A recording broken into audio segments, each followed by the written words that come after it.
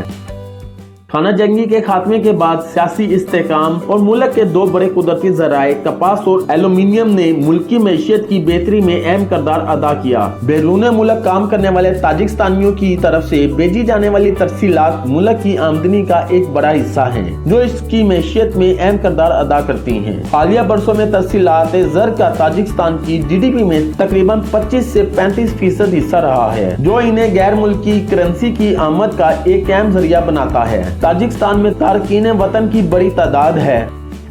بہت سے تاجکستانی شہری روس، قازقستان اور دیگر ممالک میں بطور مہاجر مزدور کام کر رہے ہیں۔ یہ فنڈز گرانوں کی مدد، غربت کو کم کرنے اور معاشی سرگرمیوں کو تیز کرنے میں اہم کردار ادا کرتے ہیں۔ تاجکستان کے خوبصورت مقام میں سے ایک سکندر کول کی جھیل ہے۔ ایک پہاڑی جھیل 4 کلومیٹر لمبی اور 2195 میٹر بلندی پر واقع ہے۔ اس جھیل کا نام سکندر اعظم سے لیا گیا ہے۔ اس جھیل کا پانی دن کے وقت فیروزی سے دودھیا سفید رنگ میں تبدیل ہوتا دکھائی دیتا ہے۔ نورینک ڈیم دنیا کا سب سے اونچا ڈیم ہے جو اسے سب سے خاص بناتا ہے۔ تاجکستان کی معیشت میں آمدنی کی بنیادی ذرائع ایلومینیم کی پیداوار، کپاس کی کاشت، ملک کے GDP کا تقریباً 47% حصہ بیرون ملک سے بھیجی جانے والی ترسیلات زر سے آتا ہے اور ملک کے 90% باشندے روس میں مختلف شعبوں میں خدمات انجام دے رہے ہیں۔ ملک کی باضابطہ قومی زبان تاجک ہے جبکہ کاروباری اور حکومتی معاملات میں روسی زبان بڑے پیمانے پر استعمال ہوتی ہے۔ ملک میں 17% غربت کے باوجود تاجکستان میں خواندگی کی شرح تقریباً 98% ہے۔ ملک کی اکثر آبادی اسلام کی پیروی کرتی ہے جن میں 93% سنی جبکہ شیعہ 3% ہیں اور باقی 4% دوسرے مذاہب کے لوگ ہیں۔ یہاں کی اوسط عمر 68 سال ہے۔ سوویت اتحاد دور کے دوران ملک میں معاشرے کو مذہب بیزار کرنے کی کوششوں کی بڑی حد تک ناکامی ملی اور آزادی کے بعد مذہبی رجحان میں نمایاں اضافہ ہوا ہے۔ ملک کا دوسرا بڑا مذہب مسیحیت ہے۔ ملک میں تقریباً 10 لاکھ کے قریب افراد بائی ایئر سفر کرتے ہیں اور پورا ملک 680 کلومیٹر ریلوے کے نظام کی وجہ سے رشیا کی دوسری ریاستوں کے ساتھ جڑا ہوا ہے۔ ملک میں آفیشل اور نان آفیشل 24 ایئرپورٹ اور 2 ایئر لائن تاجک ایئر اور سمون ایئر ہے۔ تاجکستان میں ویزا پالیسی بہت آسان ہے۔ یہاں کے کارپٹ دنیا میں اپنی الگ پہچان رکھتے ہیں۔ تاجک سبز قہوے کے شدائی ہیں اور دن میں 3 مرتبہ قہوہ پیتے ہیں اور پھلوں کا رس ہر گھر میں ملے گا۔ یہاں پلاؤ سب سے مشہور ڈش ہے جو مٹن، بیف اور گاجر کے ساتھ بنائی جاتی ہے اور اوش کے تہوار پر لوگ اپنی گنجائش کے مطابق پلاؤ بنا کر لاتے ہیں اور ہر کسی کے لیے فری ہوتا ہے۔ اور اس کے علاوہ کوڑو توک بھی شوق سے کھائی جاتی ہے جسے آپ سرید بھی کہہ سکتے ہیں۔ سموسا، سیخ کباب، تسبیرہ، سود، اوڑو سویٹ جسے طلبہ، مانٹو، شربو، خشک میوہ جات اور کئی اقسام کے دل فریب نقش و نگار والے نان، چپاتی اور کلچے کھائے جاتے ہیں اور آپ کو مارکیٹ میں زیادہ تر خواتین بیچتی نظر آتی ہیں۔ اور یاد رہے یہاں مٹن کافی سستا ہے اور ان کی ہر ڈش کا لازمی جز ہے۔ یہاں کے لوگ نہایت ملنسار اور محبت کرنے والے ہوتے ہیں۔ آپ کو ریڈ کارپیٹ پروٹوکول تو نہیں ملے گا لیکن آپ کو کھلے دل کے لوگ ضرور ملیں گے۔ یاد رکھیں اگر آپ ایران یا افغانستان کے راستے داخل ہوں تو آپ کو کڑی نظر سے دیکھا جائے گا۔ دوستو یہ تھی تاجکستان کے بارے میں دلچسپ معلومات پر مبنی ایک خوبصورت سی ویڈیو۔ اگر ویڈیو آپ لوگوں کی معلومات میں اضافے کا سبب بنی ہو تو اس ویڈیو کو اپنے عزیز و اقارب کے ساتھ ساتھ social plate form what's app اور فیس بک وال پر شیئر کرتے ہوئے اپنی پسندیدگی کا اظہار کریں۔ میری حوصلہ افزائی کے لیے آپ اپنی رائے بذریعہ کمنٹ بھی دے سکتے ہیں، لیکن اس کے ساتھ ساتھ ایک چھوٹی سی عرض ہے کہ لائک کا بٹن بھی دبا دیں۔ آپ کے اس عمل سے مجھے بے حد خوشی ملتی ہے۔ ملیں گے آپ سے ایک نئی ویڈیو کے ساتھ، تب تک کے لیے اللہ حافظ۔